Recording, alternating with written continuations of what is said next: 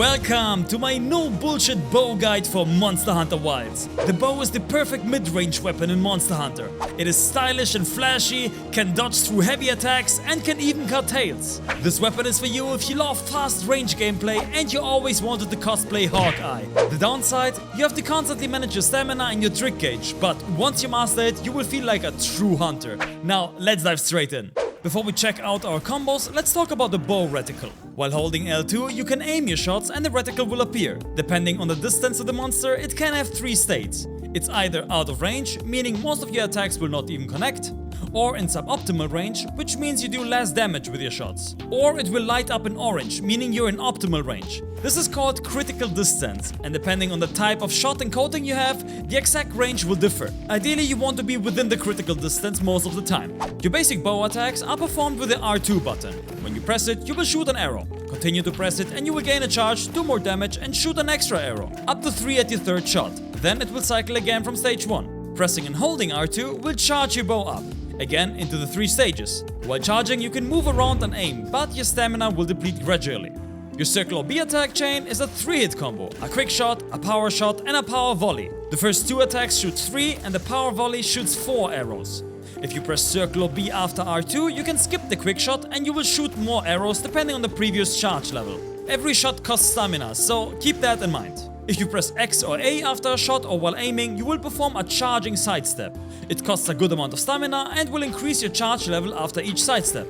And you will keep the current charge level if you continue to dodge. If you dodge just before you get hit, you will perform a discerning dodge, indicated with a cool animation and a blue effect around your character. It's like a perfect dodge that negates damage. It even replenishes stamina. This allows you to stay aggressive all the time. After the sidestep, you can press triangle or Y to perform the flying swallow shot in any direction you want. This move is extremely good for repositioning. When you press triangle and circle or Y and B together while holding R2, you will perform the 1000 Dragons, a wide shotgun-like attack with multiple arrows. If you press triangle and circle or Y and B together without holding R2, you will perform the signature move of the bow, the Dragon Piercer. This shot travels through the whole monster, dealing damage with multiple hits. The bigger the monster, the more damage it can do. And it can even cut tails. It has 2 variations. The default one is performed by just pressing the button. It charges up slower, but it does more damage. Then you can press it after a sidestep or another shot. This one charges faster, but does less damage. It's indicated by the big arrow drag on the ground. Then there's the arc shot, a rain of arrow type attack. Press circle or B while aiming with L2 and charging with R2. A circle will appear that you can aim on the ground. Release R2 and you will shoot multiple arrows from the sky for a short AoE attack. This one does a small amount of damage, can KO and leaves tracers on the monster. More on them in a bit. Another tracer shot can be performed by pressing square or X while charging with R2. You load it up and when you shoot you will mark the monster. All your other shots will home to their target area for a short time. This can be useful if you want to break a particular part of the monster. Now, let's talk about the weapon-specific mechanic of the bow, the coatings and the trick arrow gauge. You can find them in the bottom right corner just above your items. Each bow can have different coatings and they have different effects. When you hold L1, you can cycle with triangle and cross or Y and A through your available coatings. Power and close range coatings increase the arrow damage. The close range one is a bit stronger, but it reduces your critical distance. The pierce coating reduces your arrow damage, but they can now pierce the monster for multiple hits. And then there are status coatings for all the different status effects. You apply a coating by selecting it and then pressing triangle, and it will last for 10 shots. Whenever you do that or you use your tracer shot, it will deplete a segment of your trick gauge. And if it's empty, you can't use them anymore.